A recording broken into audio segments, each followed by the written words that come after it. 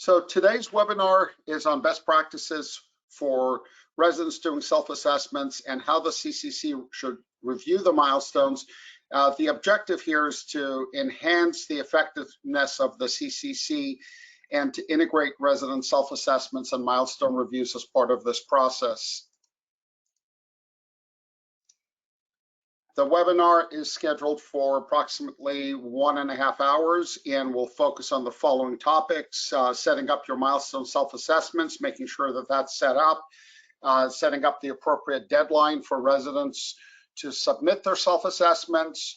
We'll review how the CCC will access and review the information, and how you as an administrator should manage that CCC committee and integrated with the program director semi-annual review. We're going to look at the utilization of the curricular assessment worksheet from the perspective of the CCC. We'll also spend a considerable amount of time on this webinar discussing performance improvement plans and how those are integrated into the milestone review process to help the resident develop and address generally addressable issues. So there's a considerable amount of our effort that's going to be put towards performance improvement plans, or PIPs. We have a section, we'll talk about mastering the CCC management process and the meeting itself and conducting it in a meaningful way on a semi-annual basis. And of course, at the very end, I'll touch on integrating the program director's review as far as the training meeting is concerned, the semi-annual training meeting, and we'll review reports at the very end as well. And we'll have a Q&A to answer any of your questions. So let's get started with some important background information. There's a lot of information that I'm starting as part of this background process that is a direct copy and paste from the ACGME Common Program requirements. As of the posting of this webinar, this is the most current ACGME Common Program requirements for Section 5A on resident evaluations. I put this up specifically because I want all of us to be on the same page and understanding what the actual requirements are. So take a minute to read this along with me. This is, again, directly from the ACGME Common Program requirements. It says that learning is an active process that requires effort from the teacher and the learner. Faculty members evaluate a resident's performance at least at the end of each rotation. Great, so we do our rotation evaluations. Then it goes on to say that program directors or their designee will review those evaluations. Okay, we have our evaluations reviewed on a periodic basis, including their progress on the milestones at a minimum every 6 months. So again, I want you to focus on that idea of at a minimum every 6 months. This is our semi-annual review that we do. Residents should be encouraged to reflect upon the evaluation. So we want the residents to reflect on their evaluation using the information to reinforce well-performed tasks or knowledge, or to modify deficiencies in knowledge or practice. So it's important that the residents can see where they're weak and they can make improvements in that. Working together with the faculty members, residents should develop an individualized learning plan. So this is a foundation for where we talk about making sure that we're getting rotation-based evaluations. Those evaluations should be reviewed on a semi-annual basis. We talk about resident self-assessments. This is all the foundation there. In the second paragraph, it says residents who are experiencing difficulty with achieving progress along the milestones may require intervention to address specific deficiencies.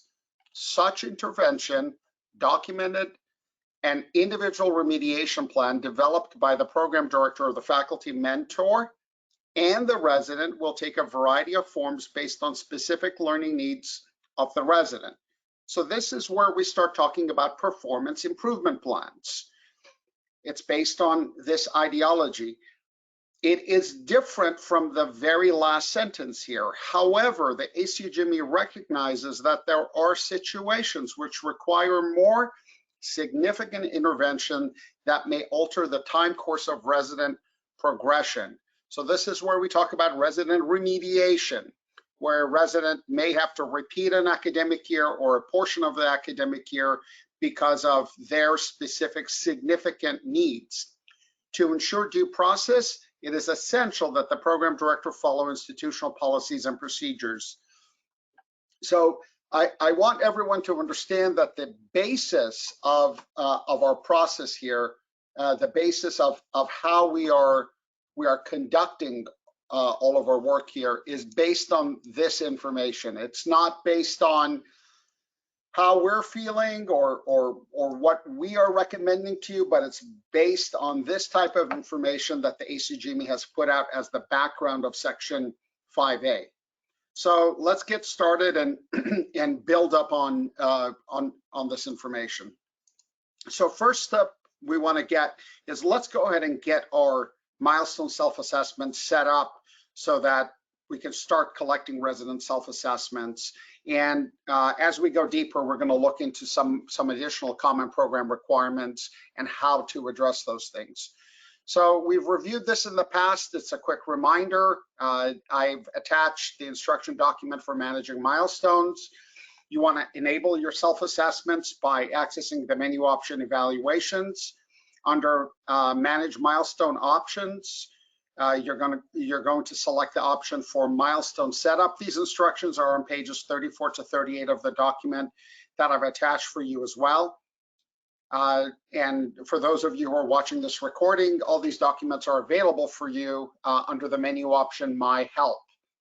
Once you click on milestone setup, you'll have options here to enable user access to self-assessments and provisional CAW. And under that, there'll be a second option to enable reminder notifications and completion due date. You want to make sure to enable both of these options so that not only residents are able to do a self-assessment, but they will also receive automatic notifications reminding them to do self-assessments. And we'll talk about those email notifications very shortly, so you're familiar with exactly what the residents receive and how do they respond to those. Now, once you set that up, we've also reviewed the additional option under set up milestone periods. This is in other webinars that we've reviewed this before. Under set up milestone periods, you'll have the ability to select a particular academic year, select the default period, and then do PGY specific periods. But what's really important here is setting up your self-assessment due dates. And you want to make sure that you set up those due dates because the system is going to send out notifications to the residents based on those specific due dates that you set up here. So set up those due dates. They should correspond to when the CCC is meeting. Those due dates should not be after the CCC meeting, but should be either at the end period that you're setting in here, or it should be right before that period. So we want the CCC to be able to see the resident self-assessment. The nice thing about a resident self-assessment, it's not a one-time process. They can do it periodically. The same way you'll learn during this webinar, we want the CCC committee or the CCC members to do their assessments periodically. We don't want them just to go in one time, but we want them to go in periodically. Residents should do their self-assessments periodically as well. So in the course of a 6-month period, it's an ongoing process to provide feedback on how they're doing. And then you would click update values and that'll update everything. Now the email notification that's sent out to the resident is initially sent out 30 days before the self-assessment due date. So most of you will start your milestone review process for period 2 sometime in May. So let's say you are doing it in the middle of May. You might set an end date of April 30th. So the first notice will go out on April 1st. And then reminder notifications are going to be sent out every 7 days until the due date. So from that 30-day period, they'll get every week they'll get a reminder, hey, you need to look at your milestones to do a self-assessment, and there's a last notification that's sent to them directly on the due date. The email is pretty straightforward. It's a simple email that says your self-assessment for, in this case, period 2, which covers November 1st, 2023 till April 30th, 2024, is pending and due by April 30th, 2024. It's really straightforward. They click on review and submit, and it takes them directly into the system. So if we look here at an email notification, I'll zoom in on that a little bit so that you all can see it. I have an email notification. I go ahead and click on the link. The link opens up a browser. It's going to take me directly in. So this email was directed to Ricardo Diaz. I'm now logged in as Ricardo Diaz. This is our demo department. So in our demo department, we have a whole multitude of different evaluations that are listed in there. So allow me to select an evaluation, a milestone evaluation that's relevant. So you can see the resident is able to go through, and we're going to review this in detail, but it's very easy for the resident to go through and do their self-assessments directly. So it's all controlled directly from this email notification, making it super easy for them to do their self-assessment. Now, on a periodic basis, so they can go in January, February, March, way before they get their email notifications, they're able to go in and do their own self-assessments periodically as well. That's easy for them to access either through the login page where they, on the desktop, they can log in and click on review milestone periods, or I'm sorry, review milestone performance, or on the mobile app, they also have access to milestone performance. So they can do that both in the mobile environment and on the desktop environment. And this is the page I just showed you a minute ago, where the resident sees their own performance. We've already had webinars talking about My Insights, so you can see the resident is able to see the My Insights that's available to them based on the CCC's review and clicking save to make it available to the resident. And as the resident scrolls down the page under the self-assessment section, they're able to submit their self-assessment on each one of the individual milestones. I'm going to skip the handout portion here because I just showed you what that process looks like. So from here, let's do a quick recap on setting up the CCC access. This is something you should all be familiar with already. Again, under the Managing Milestones, pages 31 through 33, review this process. Under the Manage Annual Settings, under the menu option Evaluations, you can click on Manage Clinical Competency Committee. This allows you to assign specific committee members to specific trainees.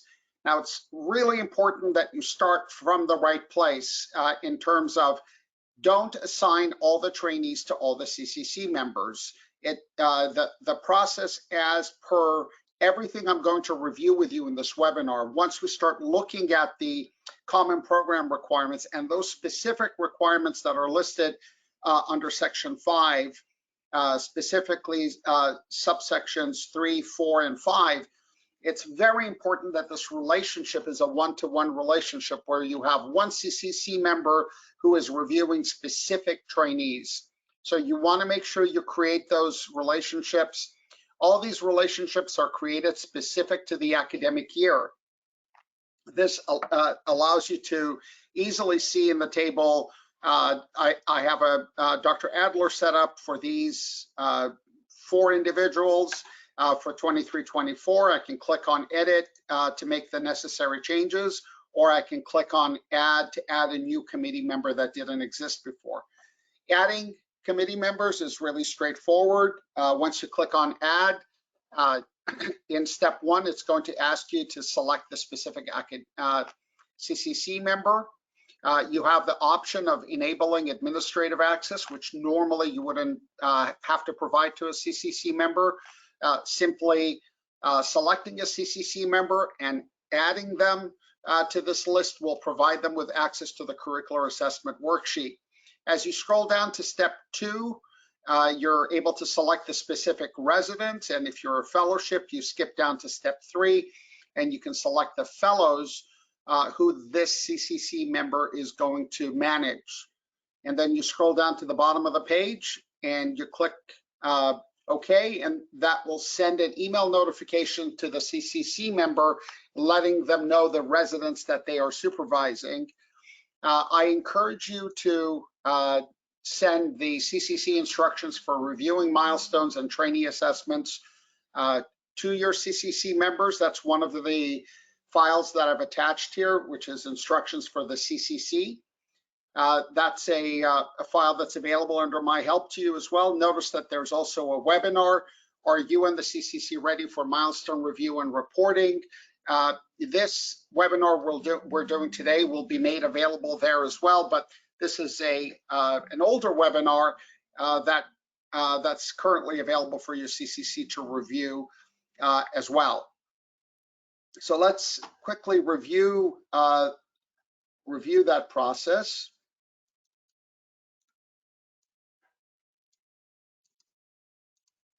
So we'll log into the system. In this case, I'll log in as a program director just to illustrate that process.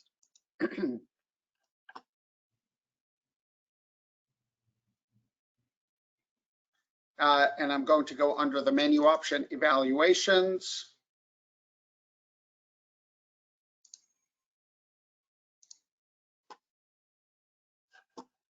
And let's get another browser opened up here so we can look at the resident. And under the manage annual settings, we looked at set up milestone periods. This was already something that we have reviewed in the past. This is where you would go in and set up your self-assessment due dates for the default year. The other option is manage clinical competency committee. You can see that these committee members are all set up specific to the academic year. For example, on the right side, I see that Goldie has been archived. So I can go in and edit that for the current year and say, I want to remove Goldie from that list. Step 2 and 3 is where I do fellows and residents. Our system does allow for a CCC member to be a reviewer for other groups as well. I'm skipping all of those because they're not relevant to our webinar. We'll simply click OK at the bottom, and that'll update Dr. Adler. I'm demonstrating that to you because I want to remind you that anytime you add a CCC member, you edit a CCC member, or you delete a CCC member, the CCC member will receive a notification letting them know they've been added to this CCC. If they've been removed, they'll get a notification letting them know thank you for your service, and you are no longer a member of the CCC. And if you add or remove people, they'll get a notification letting them know that users have been added or removed from their process of their CCC management. So that was a quick review of managing the CCC. So now we can really get into the bread and butter of what we're discussing today, which is what do we do with the CCC? So the first part here is CCC and admin review strategies. Really that focus is something I've discussed before about how do we set up an effective review process where you can go through things relatively quickly and use the on-screen process for reviewing that. Typically, I want to show you a typical process. I'm logged in as a program director, but I could be logged into the system as an administrator right now. That the process would be the same. I'm going to go to the curricular assessment worksheet. Now, during a webinar, it's very common for me to find maybe a 10 to 20% slowness in accessing pages. And we've certainly heard from clients that when they're running the curricular assessment worksheet, that process of selecting a user and waiting for that data to upload on here can take considerable amount of time. And in our review of different networks that our clients are using, we find that delay time can range anywhere from 10 seconds to as much as 40 seconds for this page to load with all the data. So in order to really be able to manage a CCC in an effective way, you want to be able to run through residents relatively quickly. So the best way for you to do that is to have two browsers open simultaneously. So you can have one browser for the CCC to review, and you can have it on the screen, and we'll review what they should be doing on here. All of that is something we're going to review in just a minute. I went ahead and did an undo on this so that I can review it with you in detail. So the next thing you want to do is you want to have another session started as well. So I don't want to open up another tab. If I open up another tab, that's going to be within the same session. That means it's the same login that I've done here. So the two sessions are going to compete with each other, the two browser tabs. So instead, I'm using Firefox here. I'm going to click on the menu here and select the option for in private window. And what that does is it opens up another window for me. I'm going to also go to my evaluations. I'm also going to log in as exactly the same person. So now I have two logins. I have this login that's over here, and I have a second login that's on the screen over here. I'm going to go to the menu option, evaluations again. And under evaluations, I'm going to access the curricular assessment worksheet, and I'm going to pull up the assessment of the next resident that we're planning on reviewing. If you're going through the residents alphabetically, then great. You say, okay, we've done one, we're going to go to the next particular resident, and we have that up. So notice I'm doing that on a separate screen that I can then pull in. So when everybody's done reviewing this resident and you've gone through, you've written all the particular comments, and you've clicked save and finish later, you can then pull that screen out of the way and say, okay, now we're going to do the next resident. We've got Melinda Abalone. Now, while you're reviewing Melinda Abalone, you have this other screen over here that you've already clicked save and finish. The screen has refreshed. You can then go through and select the next resident. So while this is loading, there is absolutely no impact on the work that you're doing here. You can go in, you can make edits, you can save, you can do whatever's necessary without impacting the other browser session that we're having. So in terms of your management, depending on which browser that you're using, I've put Firefox, Chrome, and Edge on here. On all of these, you can start a new session. On Firefox, I showed you, I clicked on the menu and selected new private window. In Chrome, you select new incognito window. And in Edge, you use new in private window. And that gives you exactly the same functionality that I just described. Please make sure that during the CCC, you focus on clicking just save and finish later. I'm going to repeat this multiple times. You want to make sure that if you're using Wi-Fi, you have a strong internet connection. It's always best to have a cable connection. Wi-Fi can be unpredictable, especially if you're in a room that has poor Wi-Fi access. And if you're using a laptop, make sure that the laptop computer has at least 16 gigabytes of memory. These pages have a lot of information that's loading on them. If I just zoom down on this, just so that you can see how much information, how many graphs, and how many tables are getting loaded in here, there is a lot of information. And if your particular computer does not have enough memory, you're going to have problems loading up the page. Because the computer that you're using is unable to store that information to show it on the screen. So a minimum of 16 gigabytes of memory should do the trick. Unfortunately, a lot of inexpensive laptops are sold with 4 or 8 gigabytes of memory. your IT department can either give you an alternative laptop or they can upgrade the memory on that laptop.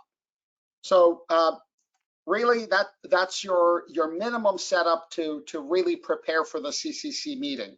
Now that you're set with getting that going, let's now focus on best practices. Now, from this point forward, I'm really going to focus on CCC best practices, program director best practices, and then after that, we'll start talking about some of the details of how you're actually going to run the CCC meeting and how to use the curricular assessment worksheet.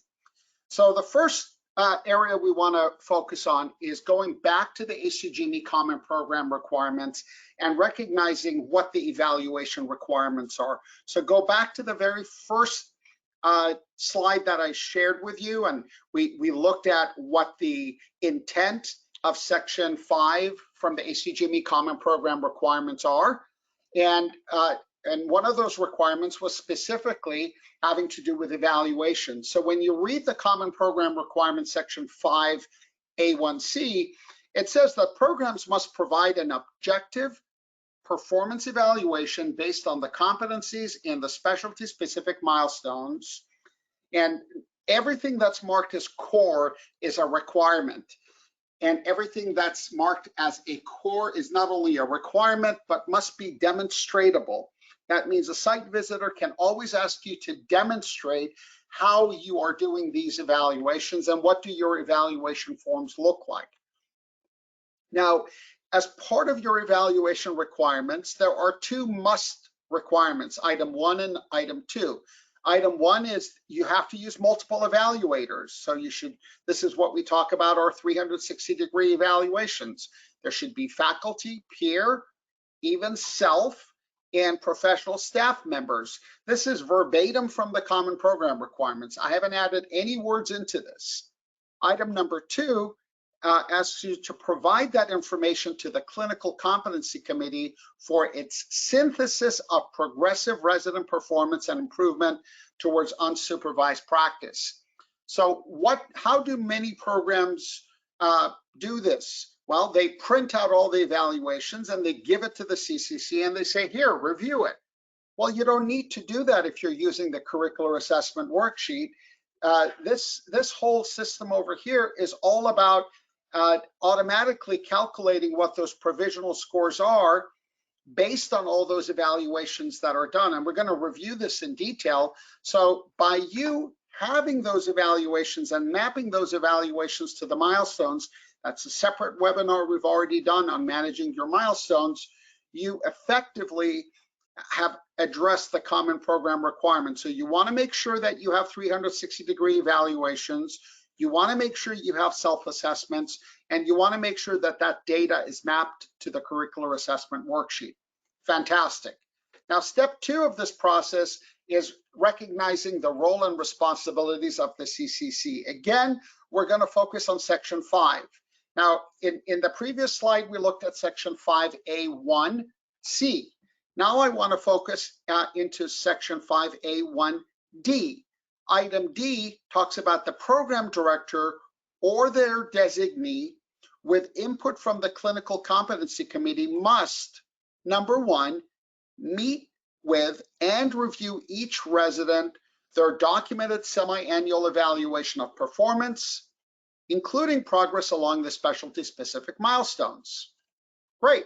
So here I put a footnote, use the curricular assessment worksheet. You have My Insights that's going to summarize all the narratives for you. You have a spider graph to look at overall performance. You can see all the aggregated evaluations, and you'll also be able to look at trending to see how the resident is trending over time. Again, I'm going to review all of this with you in extensive detail, but I just want to show you as we're going along. If I scroll down on this residence curricular assessment worksheet, so here at the top, I see their insights. So we've already had a separate webinar on the My Insights functionality, which summarizes all of the narratives. We have a spider graph here that shows the residents' performance compared to their peers and the national average. We scroll down here and I can see how is this resident performing in each one of the individual sub-competencies over time? So I can click on these items and I can disable them. So if I want to see, well, how do they do in terms of history and physical exam, I can pull that up and I can see over their PGY years how they're performing. And as I go down to each one of the individual sub-competencies, I also have the option to show history and benchmark, which is going to pull up on that individual history taking item. It's going to show me how that resident is doing compared to the level of readiness that's set up in the department. And I'm going to come back and review this in more detail with you. But I'm trying to illustrate for you simultaneously the information that you are required to do and how do you address that requirement from the common program requirements. It's a core requirement, so you have to be able to demonstrate it. Great. Now that's item number one. Item number two talks about, follow the sentence, the program director or their designee with input from the clinical competency committee must assist residents in developing individualized learning plans to capitalize on their strengths and identify areas of growth, and develop plans for residents failing to progress following institutional policies and procedures. And this is where we're going to talk about the performance improvement plan. So again, I'm reminding you that I'm using the common program requirements to lay a foundation for you to understand why you should do things the way that I'm guiding you to do, why I want you to use the curricular assessment worksheet, why I want you to implement performance improvement plans, because all of this becomes demonstratable. There are reports that show that you are doing this, that can easily be shown to a site visitor or put into a report documenting that you are meeting the requirements for Section 5A1D 1, 2, and 3. So each one of those is clearly documented. Continuing on step 2 in terms of recognizing roles and responsibilities, here we're on Section 1D, we now go to Section 3B. Under Section 3B, it talks about the specific responsibilities of the Clinical Competency Committee. Item number 1, they have to review all resident evaluations at least semi-annually. Now, that doesn't mean that all CCC members have to review all residents. It means the CCC committee as a whole should be reviewing all the residents. So if you have 20 residents and 5 CCC members, well, great. You give each one of them 4 residents and each one becomes responsible for that individual resident. Item number 2, for CCC responsibilities, they have to determine each resident's progress on achievement of the specialty specific milestones. So it's the CCC committee that's responsible for determining each resident's progress. Again, all of that is done on the curricular assessment worksheet. And item number 3 says that they should meet prior to the resident's semi-annual evaluations. That's prior to when the resident meets with the program director or the program director's designee. The CCC should meet prior to that in order to review the resident's performance and advise the program director regarding each resident's progress. Again, we come full circle back to the use of the curricular assessment worksheet. So now I've laid for you the foundation of why you should do 360 evaluations, why you should have the clinical competency use the curricular assessment worksheet and performance improvement plans. Now we're going to go into the next best practice, which is how to run an effective CCC meeting. So first is to appreciate the fact that the CCC serves the critical function of synthesizing both the quantitative and qualitative assessments regarding the residents' or fellow performance. That means they are the ones who should be looking at all this information. They should be looking at all the narratives, all the comments that are written. They should be looking at all the scores and determining, is this resident progressing appropriately? They should understand the goals of the program as a whole. So it's very important as part of your faculty and CCC development that they understand what the goals and objectives of the program are. And they should identify resident or fellow strengths and weaknesses in order to help them develop appropriately. They should guide residents along a developmental trajectory. This is why we have all these performance guides that are listed in the curricular assessment worksheet showing you how the resident is progressing. And sorry, one second.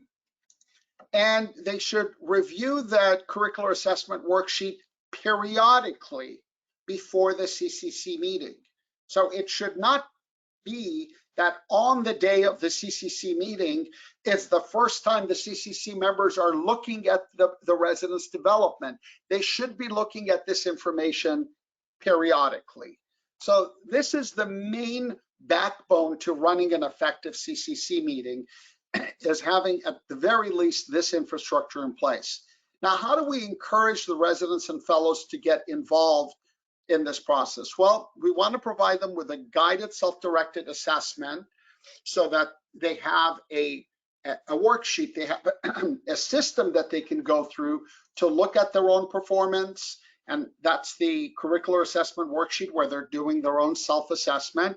Here, I'm showing you the milestone self-assessment document that's available for the residents. This is also attached to this webinar.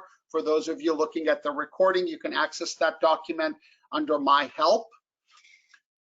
We want to make sure that we encourage residents to review their milestone guidebook. That milestone guidebook is attached to this webinar. At the very minimum, you want to review the milestones with your residents. That's a resident development workshop you should set up annually to review the milestones and the meaning of those milestones and associated sub-competencies. And you want to enable resident fellow self-assessment of the milestones and distribute this handout to all of them. Those are all the important elements. Now, during the meeting itself, what are our best practices? Well, during the meeting itself, you want to make sure that you have a shared vision that's going to benefit the learner. And I like to describe that as a shift from thinking about assessments of learning to assessments for the purpose of learning. The idea there is not just looking at are they learning and where are the weaknesses and how do we need to penalize them, but it's an assessment to say, where is the particular weakness? How can we help them learn better? So that really needs to be a mindset shift that you have during the CCC meeting. Avoid any predetermined verdict.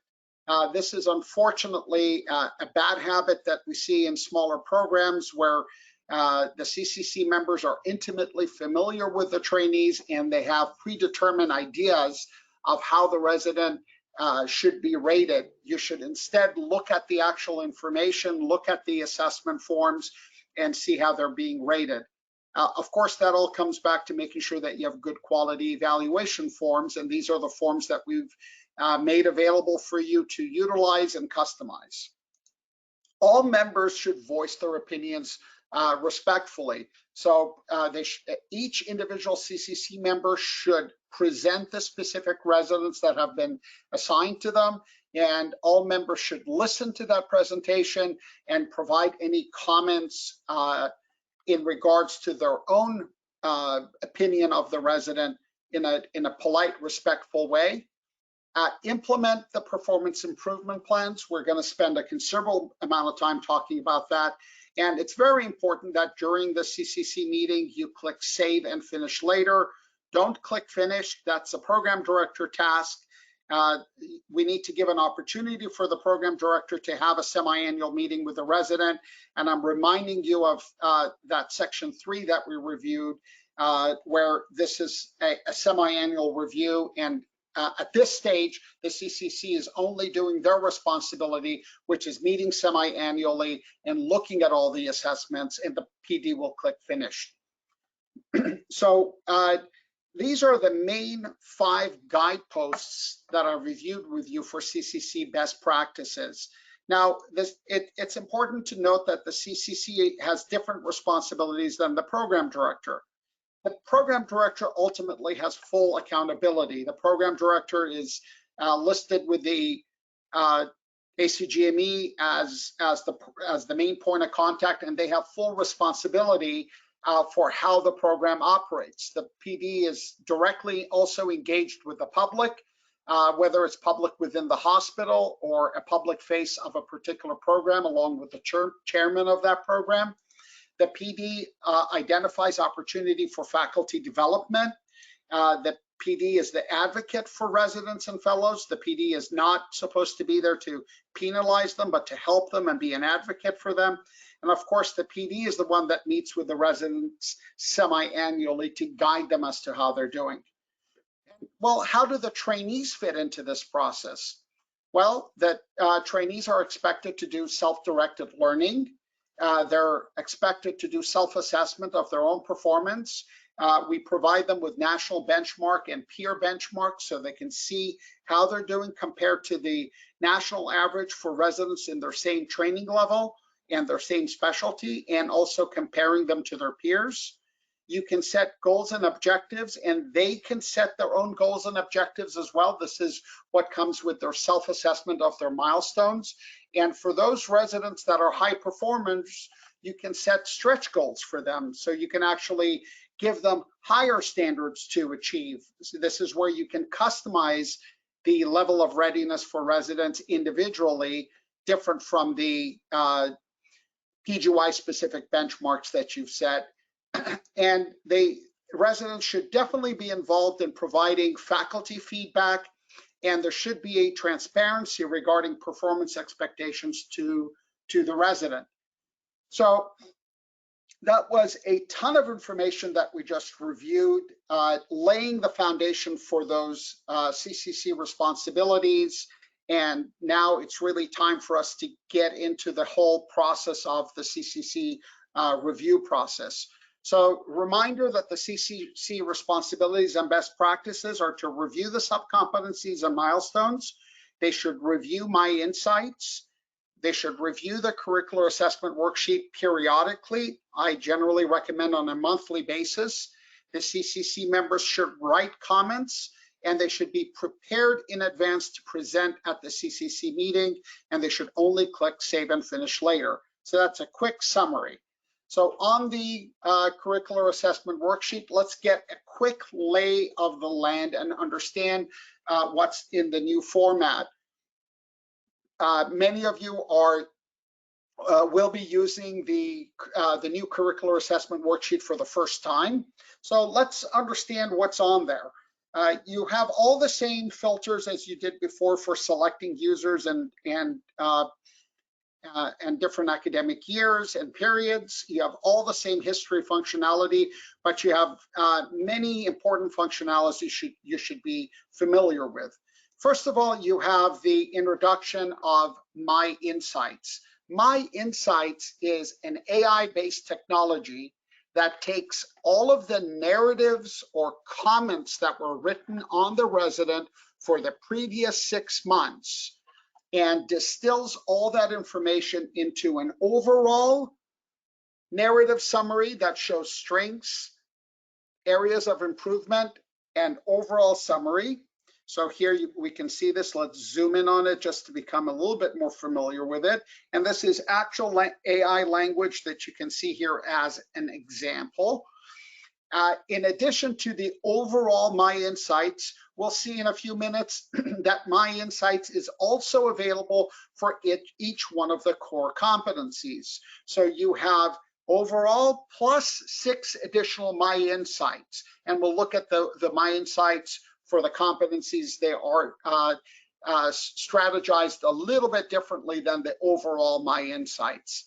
Again, all of this is determined by AI. This has no human intervention, where our AI technology is looking at all of the narratives that you have collected on all of the evaluations, and it's using those narratives to give you a summary of the narratives. So the more narratives you collect, the more insightful your My Insights will be. And this is why I have been recommending for you to shift into evaluations that are more narrative based and less focused on scores. Those narratives will really help you determine how the resident is coming along compared to just looking at numbers.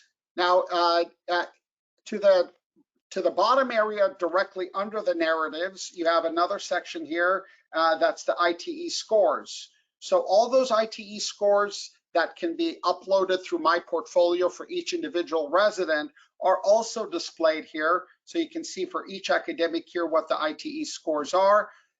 You can see what the individual score, they're marked in red because they're below the ITE EW. That's the ITE early warning. So in your program, you set a benchmark of 85. This resident is rating 79 at the 75th percentile. So all that information is available to you again in real time. And to the right of that, you have an overall performance graph. And we'll look at this in more detail in a moment. And on that performance graph, you can see we have the competencies listed here. So the 6 core competencies are listed. Since we're looking at internal medicine, they also have an overall competency. That's the OV. It shows the user score compared to the PGY specific score and all the residents in the department. And here on the right, we have the milestone performance graph. Again, by default, that will show the user score in yellow. It'll show the PGY specific residents in your program and all the residents in orange and lavender respectively. Level of readiness is the benchmark that you're able to set. All of that is reviewed in Managing Milestones. And in blue, you'll see the MECNA, which stands for the myvaluations.com national average. And all of that has statistical values included in it. So that's your top structure of what you have in the curricular assessment worksheet. I'll spend more time with more details. As you scroll down a little bit from that, right under the ITE section, you have the clear supervision requirements section. This is the supervision of patient interactions. So this is also part of your ACGME requirements to set levels of readiness for the residents, and we'll review that during the CAW review process as well. As you keep scrolling down, you can see here it says performance. Under it says patient care and procedural skills. So as I scroll down a little bit, I'll come up to the first section under patient care. So under patient care, if I expand that, I'm going to see the specific details. The first detail I see now are my insights. So once you get in under patient care, you have specific My Insights for patient care. Again, My Insights is reviewing 6 months of narratives and providing you with a narrative summary here.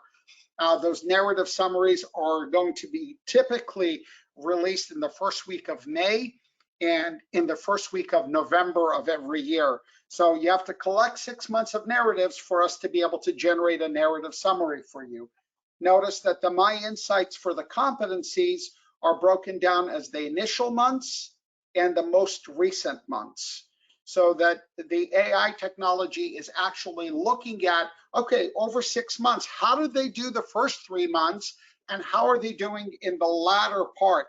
Did they address some of their weaknesses? Are they continuing to progress appropriately?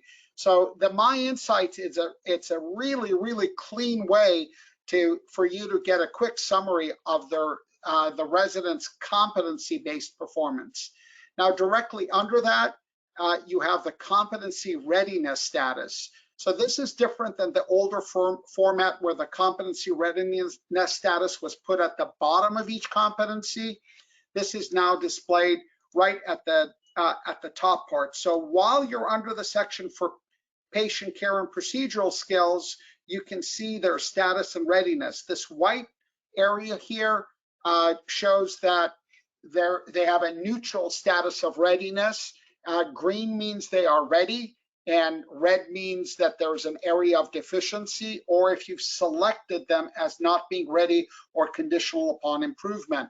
These are part of the markings you're supposed to give to a resident when you're reviewing their milestone performance. So this competency readiness is right at the very top, and is available for you to review. So directly to the right of that, I showed you before, you have the overall subcompetency performance. So under patient care for internal medicine, for example, you can see 1, 2, 3, 4, 5, 6 subcompetencies. So for this specific resident, we are able to see how did this resident progress along their PGY levels. They're currently at PGY 3. We can see how certain subcompetencies have diverged and have decreased, while other competencies have increased in performance. So this does give you a very nice bird's eye view of the resident's performance. Then directly below here, we click on the subcompetencies in order to expand those subcompetencies and look at the individual subcompetencies. So under each individual subcompetency, you're going to have an optional comment area where, as a CCC member, you can write comments, and we encourage you to write comments to help you during the CCC meeting share your observations about this resident's performance. Looking on the right-hand side, you have the self-assessment score, whatever the resident has given themselves. Directly below that, you have the provisional score, and the final line is the final score. This is the score that the CCC will give, and the program director will finalize. Directly below that, you have an option to see historical scores, and we'll review that as well. To the left, you have the option to show details, and we'll review the show details, and we'll also separately review the performance improvement plan. When you click on historical scores, I showed you earlier in the webinar, it will actually bring up a historical score profile of the resident. In this case, we're looking at PC1 for history. It's going to show you exactly how they are moving along compared to the level of readiness. In the table, you can see in reverse chronological order, you can see how they've performed numerically in terms of what the level of readiness is, what their scores are. You can see specific counts and statistical information, as well as the status of each review, whether something in the past has been reviewed, finalized or not. And there's a table of averages showing you for PGY3s in your department, for all the residents in your department, and showing you the national average as well. So you have some statistical understanding of where those average performances are. This resident is a PGY3, so it's focusing on the PGY3 period. If you were running this history and benchmark on a PGY2, then it would show you PGY2 specific information. So this was simply clicking on the historical score section. Now, if you continue to scroll down the page, you come to the very bottom. This is where you're able to write comments, overall comments as the CCC member. There are 4 comment fields. One is general comments and recommendations. There is a confidential comment field. Any comments you write in the confidential comment field will not be made available to the resident. On the right-hand side, there is user comments. So if the resident has written any comments that would be made available to you, there's an area for strengths and excellence, and weaknesses and areas for improvement. So all of this is available directly at the very bottom of the curricular assessment worksheet. And again, all you want to do is you want to click Save and Finish Later. Notice that I am skipping the committee and program director review. You are not selecting that option. You're simply clicking Save and Finish Later, and that's the bottom. So let's do a quick review of this process here. We'll bring up that example we were looking at before. We're going to go ahead and select our next resident.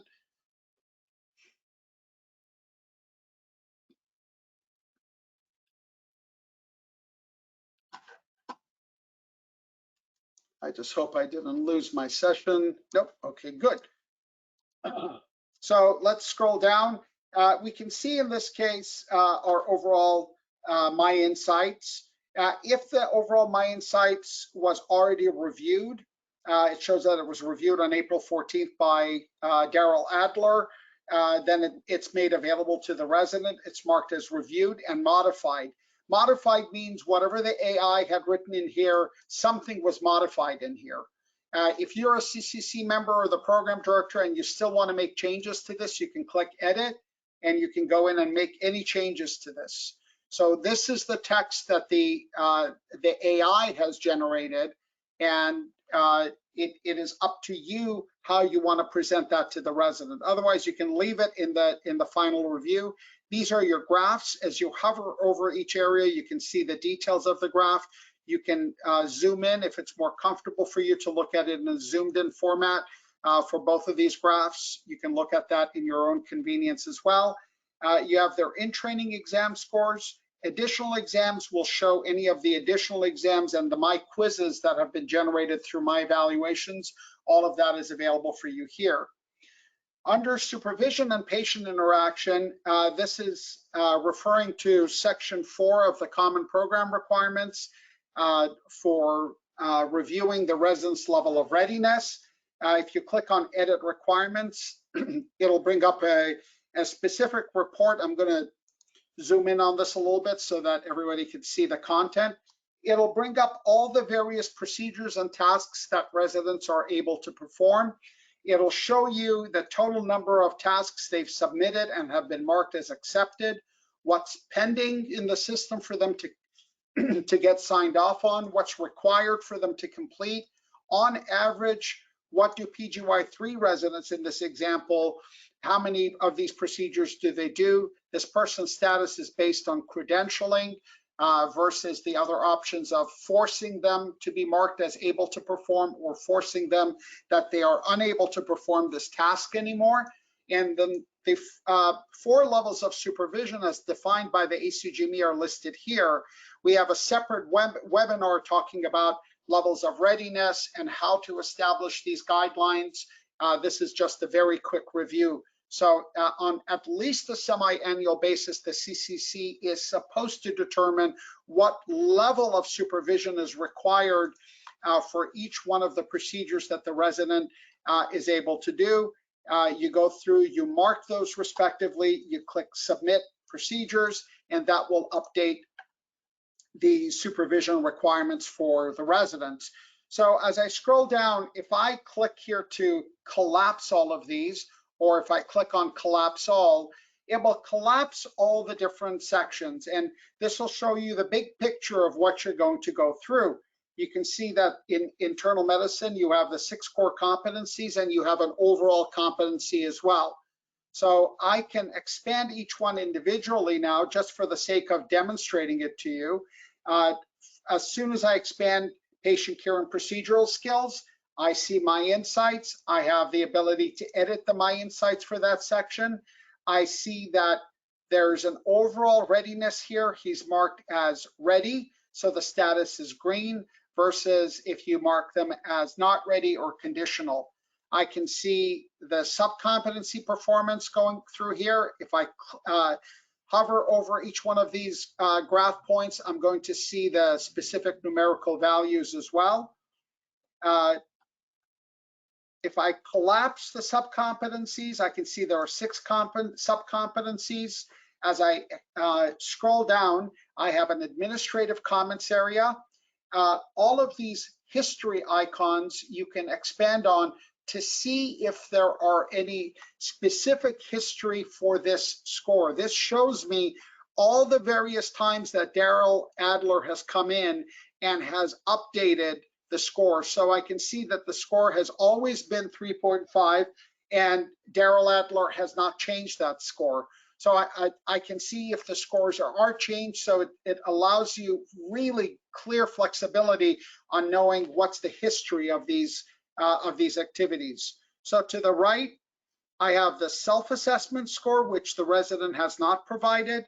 I have the provisional performance, and I have the final performance. So if there was a provisional performance, I would see a numerical value in here. Notice as I hover over these, I can see the actual descriptors of the milestones. If I want to see the descriptors, I click on Show Descriptors, and that will show me the descriptors directly here, or I can hide those descriptors. Directly below that, I can see the Show History and Benchmark, which we reviewed on the slides. I can click the X or just click outside of that area, and the history and benchmark will go away. To the left, I could see any user comments, and I can see a history of any user comments that may have been changed. If I click on Show Details, it will actually bring up the details of what are the specific questions from our various evaluations that are mapped to the subcompetency. So specific to what we're looking at, if I go back to period 1 on this resident, just to demonstrate to you the mapping of information and how those information maps are showing up. So now I'm under period 1 instead of period 2. I'm going to scroll down to the same history section, and let's collapse this one. I want to just go through a few of these. Looking at the very top, great.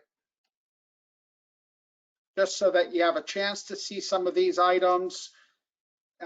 And we'll expand on medical knowledge, and we can see the details there for medical knowledge. So Show Details just shows you the specific data points that are being mapped. If there were any evaluation data, that data would show here. If I click on Add Performance Improvement Plan, that'll bring up a pop-up for the Performance Improvement Plan, and we're going to review that separately during this webinar today. Right now, I'm going to just focus about going through our milestone review process. So I'm going to click Collapse All just to bring up the bottom portion. On the bottom portion, if there are any comments that have been put in here, they would be made available there. And this is what the program director would see in a curricular assessment worksheet that has already been finished.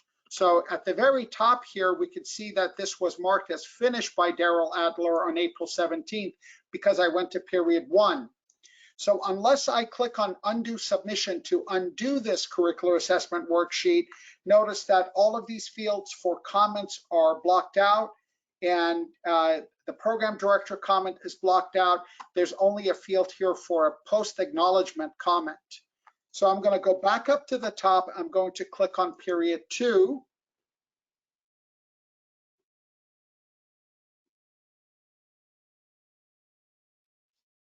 And for period 2, we're going to scroll back down to the bottom.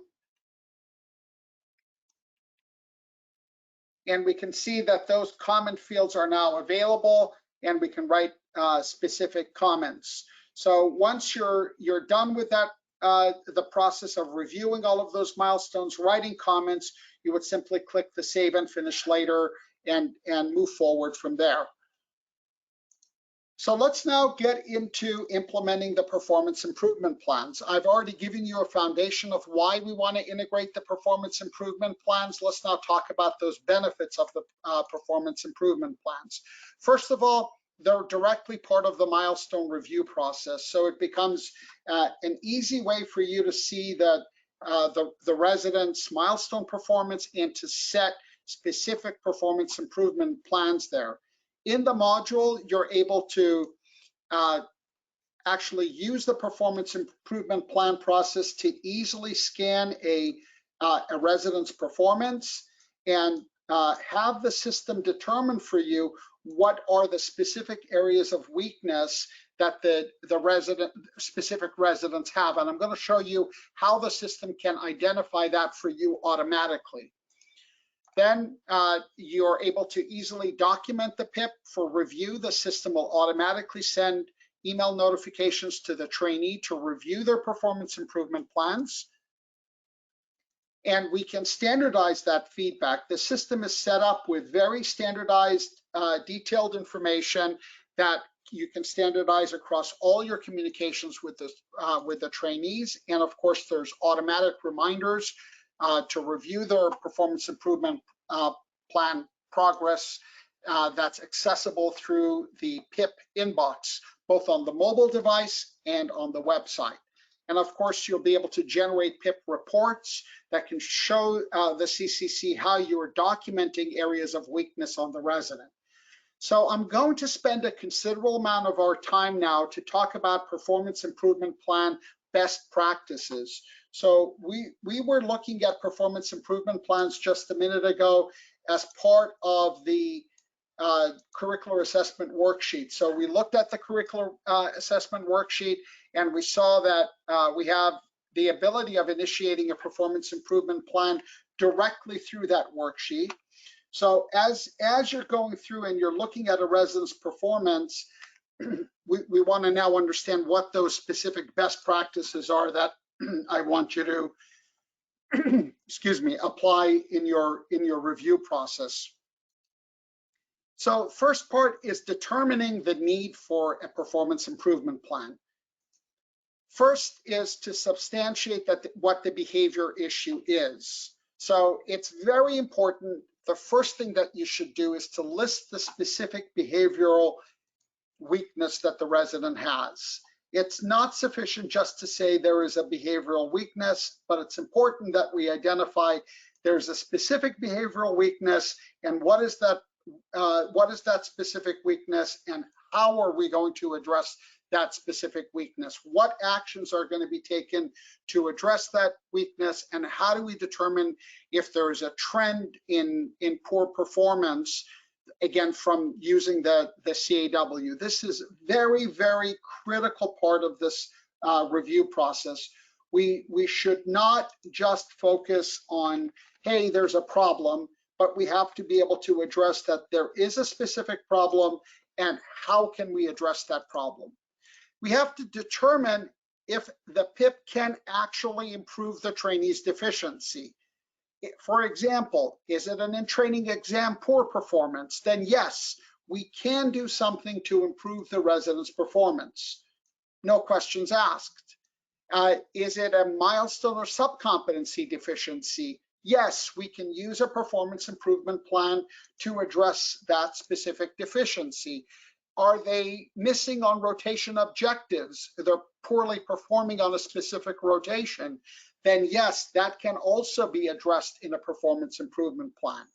However, reoccurring issues with insubordination or unprofessional behavior do not lend themselves well to a performance improvement plan. If somebody is consistently having issues with how they act professionally or how they interact with their supervisors, it doesn't matter how many performance improvement plans you put into place, it's still going to be a problem. So that's a really critical part of, do we use PIPs or not? Third element of determining the need for a PIP is the commitment to helping the trainee to succeed. A PIP is not punitive. You don't initiate a PIP because you're punishing the resident. You initiate a PIP because you want to actually help the resident, or simply you're frustrated and you're no longer able to manage the situation. But which one is our actual commitment? Our commitment here is to actually help the resident improve. And we want to confirm that the trainee has the resources and the sufficient training to succeed.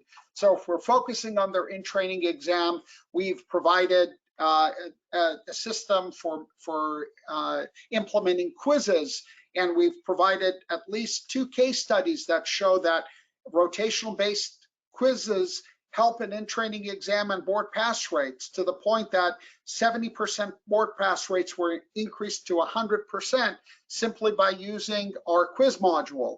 So that's for your in-training. If they have a problem with milestones and subcompetencies, you want to make sure that they have the resources they need to improve those specific milestones and subcompetencies, and the same goes with rotation objectives. The second is to develop a draft plan. So you need to involve the program director, the preceptor, and the CCC. You need to identify the specific behavioral deficiencies, list the specific weaknesses, specify what the actions are to correct that deficiency, and determine if there's a trend to poor performance, again, through our process. The PIP should document the deficiencies, including the specific behavioral and weaknesses. It shouldn't be just generic poor medical knowledge, but it has to be something specific that's measurable and actionable by the trainee. Again, remember, we want to set the resident up for success and not for failure. Third element is to provide resources and guidance. So whatever the resources and training are necessary, that within the timelines that we are setting for reevaluation, the resident can actually demonstrate improvement. Generally, that guidance should be provided on a weekly basis. It shouldn't be, all right, here's a PIP, go figure it out. We'll touch base with you in 6 months during your next semi-annual review. There should be a follow-up, and there should be a reevaluation done. And recommend that the reevaluation is done no more than 30, 60, or 90 days into the future. That's the absolute longest that you want to go out. You want to be able to touch back with that resident in at least a month to tell them how they're doing. So now that you've developed a plan, and once we go into the PIPs, we'll look at the details. The next is to review the plan. So the PIP should be reviewed by the program director. It should avoid any bias. It should clearly state and substantiate what the weaknesses are, assure that there's a reasonable timeline and action plan, and assure that the comments are fair and not biased. And we want to then implement that plan. After the program director has reviewed it, the system will send automatic notifications to the trainees so they can review the plan. The trainee is able and encouraged to add their comments about how they're going to address that plan. If the trainee is confused about how to do something, you should encourage them to give comments as to how they should address that. Again, we provided the Milestones self-assessment and PIP review document in this webinar and under my help that provides all these instructional details to the residents. And that PD should definitely help foster the trainee's ownership of the particular issue. And the last step is the plan conclusion. So if the trainee is unable to commit to the PIP, that's where you start to think about, well, is this a resident that we want to keep?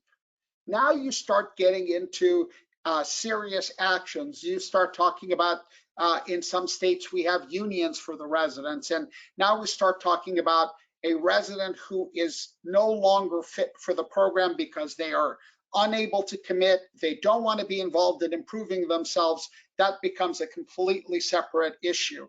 And whatever is appropriate based on your institutional policy, you'll take that appropriate policy action. The other is a situation where the PIP is unsuccessful. It's an unsuccessful progress or a worsening performance. Then you can start considering formal steps. Now we start talking about remediation. Now we talk about possibly holding the resident back or even terminating them. That's because they are either unwilling to commit or they are just unable to improve. So PIP was all about helping you do your best. We provided you with the resources. We documented specifically what you needed to do. We've been working on that, and we're just not able to succeed in getting you to improve. Then you have to think about the formal steps based on your institutional policies. Successful progress towards completion is great. That's what we want to see. We want to encourage the trainee to reinforce their positive behavior. We'll mark that PIP as successful and remind the trainee that they need to continue on that good performance. And well, it's almost there, but not quite. We want to consider extending that timeline for reevaluation in case there are very specific weaknesses that we need to address. So reminding you, on that curricular assessment worksheet, which is accessible from the menu option evaluations, we're going to click on performance improvement plan. That's going to bring up a box here. Under that box, it brings up a window. We have our expected behaviors. I'm going to go into details about these expected behaviors and how they operate. Next to those expected behaviors, we have the specific areas of weakness. Let me zoom back down so you can see that detail. We have the administrative actions that are taken, and we have the user comments that are listed there as well. Then we set a date of reevaluation and whatever the respective status is for that item.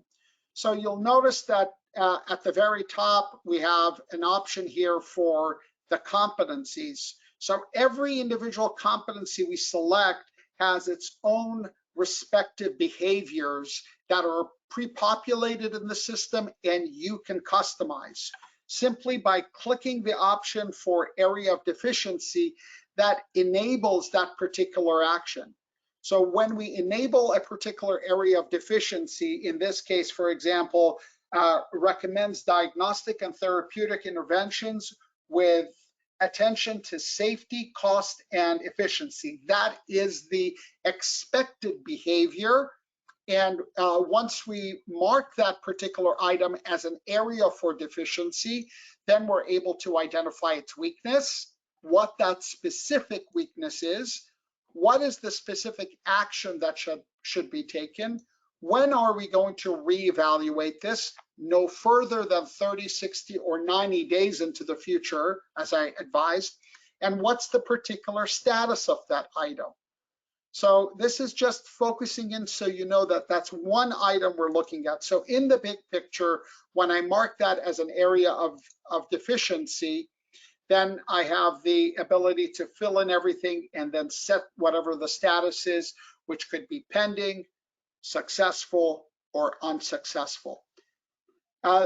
When you initiate the PIP, the resident will receive an automatic PIP notification. You'll see on the PIP notification, it says area of weakness. In this case, there are two areas of weakness, a date of reevaluation, and they click review. This is automatically generated. It's sent initially when the PIP is created, and then 7 days and 2 days before the reevaluation. So if you set the reevaluation for 30 days from now, 7 days before that, the resident will get an automatic notification that this is coming up, and then 2 days before, they'll get an automatic reminder that this is coming up as well. The resident is able to review that PIP by logging into the system and selecting the option for PIP review. That'll bring up all their PIPs for them. And they're able to click on details to see the specific details. They can pull up the curricular assessment worksheet, and they can view the content of this particular item as well. In terms of the administrative review, you have a PIP inbox as well that will list all the trainees in your program that have performance improvement plans, and that's listed under your to-do items. So if you're a program director, an administrator, a CCC member, or a preceptor, all of the preceptor that's assigned to the trainee will have access to the PIP inbox to look at all the trainees that are assigned to you, or as the program director, you have access to everyone. So again, you have the ability to access the details, the CAW, and the view. As an admin, you also have the ability to delete specific PIPs as well. So let's pull this up in detail. So here we have that same resident. We can scroll down here under history, for example. We click on performance improvement plan.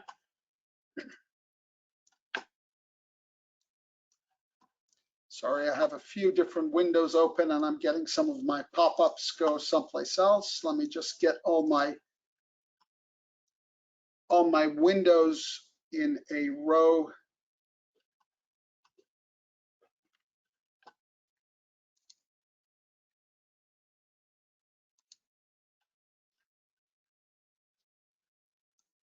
My apologies.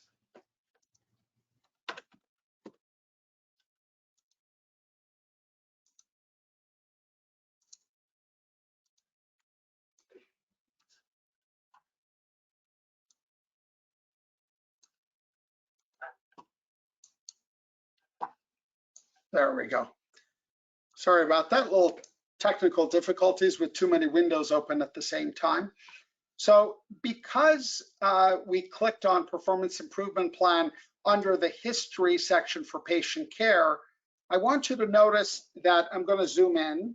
I want you to notice that the system has defaulted to patient care and procedural skills. So here I'm zooming in some more. I'm seeing pre-populated expected behaviors that we put into the system for patient care. We might look at this and say, well, there's also a medical knowledge issue related to this. I can hold the control key on my keyboard and click on medical knowledge, and the system will show me both medical knowledge and patient care related items. So now I have a medical knowledge related skill item that I can select here as well. So I say, for example, the ability to independently initiate treatment for common illnesses is an expected behavior. This is an area of deficiency. Great. Now I have this marked as an area for deficiency. What is the specific detail?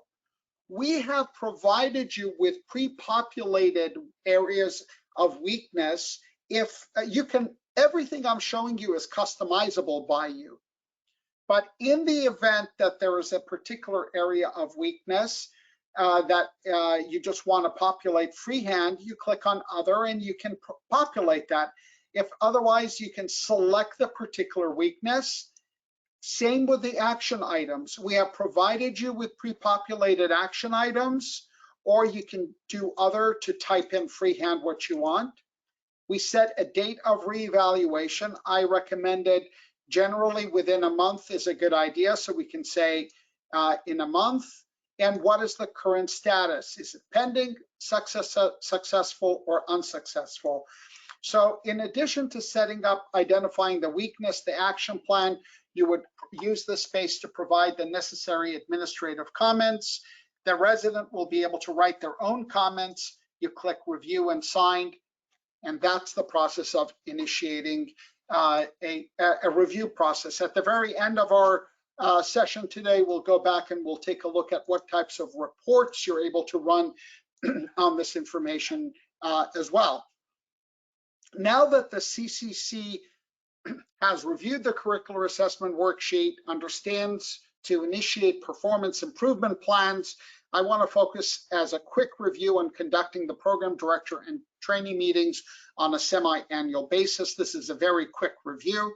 The program director will use the curricular assessment worksheet to meet with the resident to review everything.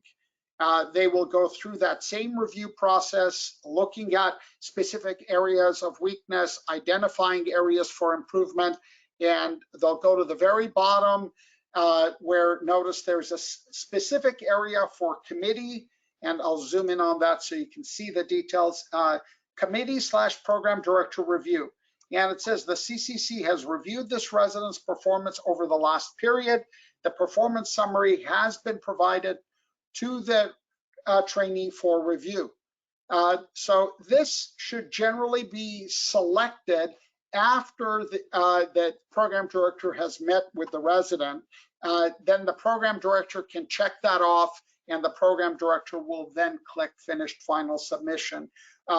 We recommend that we leave that for the program director to do to make it simple and straightforward. This way the resident will get a review notice, and the system will track whether the resident has had an opportunity to review it and whether they have reviewed it or not. So how do we know whether these things have been reviewed? And one other item is, how do we identify specific areas of weakness with a resident? And what I mean is specifically, we talked about the performance improvement plans, and I want to bring up the website again and look at it in detail. We talked about using the curricular assessment worksheet. How do we identify residents that have specific areas of weakness, though? Do we have to go through the curricular assessment worksheet on each resident individually?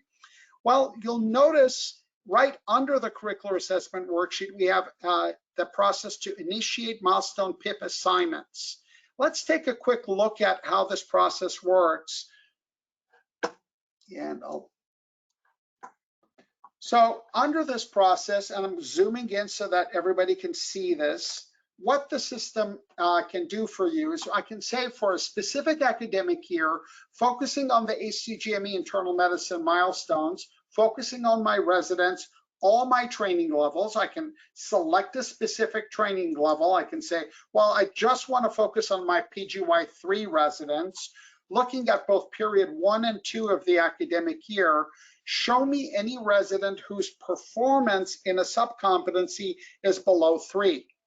So in one shot, I have a very big image of, wow, I've got 3 residents whose performance is less than level 3 and they're graduating. Well, I can then select a specific resident. I can, of course, select them all, click add, and click display deficiencies. So it will then provide a table. I've zoomed in on this so that I'm going to zoom out a little bit. Otherwise, everything kind of gets pressed on top of each other. And it says, aha, John Adams in the area of interpersonal communication skills for patient and family communication has a provisional score of 1. It's pending a final evaluation assessment. And this is for period 2 of the 23-24 academic year. And this has been pending actually for January 10th. For us right now, it's a date that has already passed. So this becomes a very nice way for you to actually display the deficiencies of those individuals. So I went ahead and selected everybody on that list. And it turned out that Alu Best has a whole bunch of deficiencies.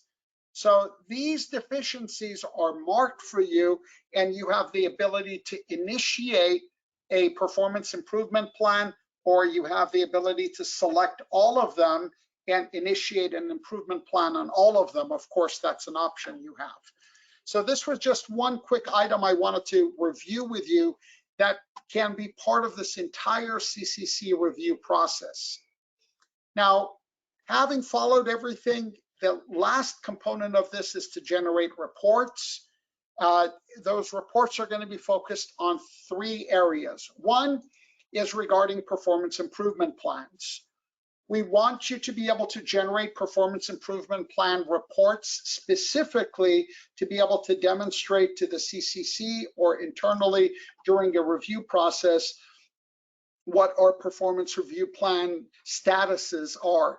There is a separate help document on managing performance improvement plans, and we have a separate webinar just focused on performance improvement plans as well. That report is accessible from the menu option evaluations under the curricular and milestone report section at the very bottom. You select the academic year. The system will display the users for that academic year. It will only display the users that have PIPs in place, and it will generate a report with all those specific details for you. Hands-on, very straightforward. Under the menu option evaluation, performance improvement plan, only those users for the 23-24 are listed. I add them all. I can filter them by specific status. I click generate report, and it's going to show me for each one of those individuals what their performance improvement plans are, the date of acknowledgement, the status of those specific items, so it's directly available for you. Another report that you're all familiar with and we've reviewed already, I'm going to give one new twist to it. It's the milestone narrative report. Of course, if you're generating that report for the ACGME, you select final only, exclude all the other details that you don't need. You generate that report. On that report, you can click export to Excel, and it will give you an Excel format, which I've recommended as a format for you to use in your ADS data reporting. This report also now has a new format for summary.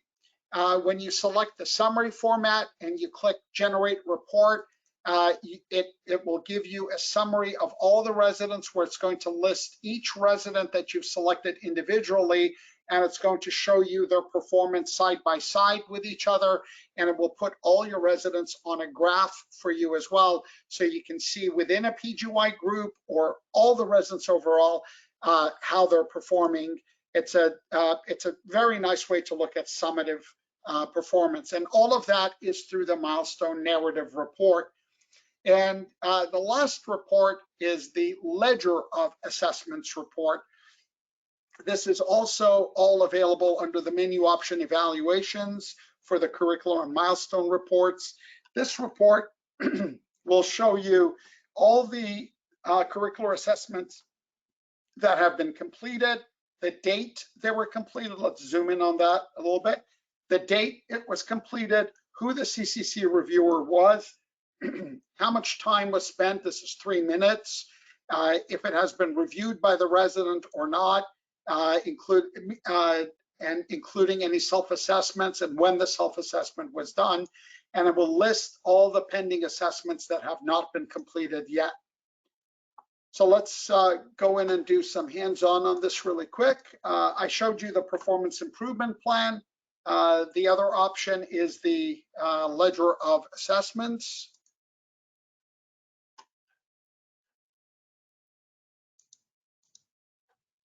And under Ledger of Assessments, I could say I want all my residents, and for period, let's say period 2, I want to know all the completed assessments and all the pending assessments. I click Generate Report, and it says, oh, look at this. Cindy Crawford has completed just one. All of these other assessments are still pending. And of course, we'd expect all of these to be done. And the idea of that report is it shows you all of the data that you need to document that you're having a semi-annual review, that the resident has had a chance to look at their assessments, the resident has provided self-assessment, the date they provided the self-assessment. So all of that detail is provided to you in one summary location. And the other report was the Milestone Narrative Report. I'm not going to review the ACGME format because we've reviewed that in the past.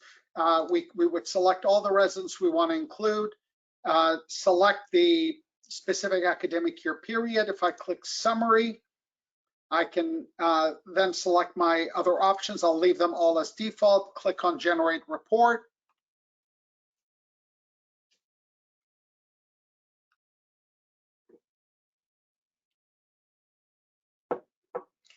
It's not unusual for this report to take some time to generate because I selected a very large group of people, and that report will generate. I don't want to hold up our time because we've gone over the hour and a half by a few minutes already. I want to skip right into our question period now, and it looks like my slideshow has decided to back out. There we go. And I want to now open it up for questions. So let me unmute everyone. There we go.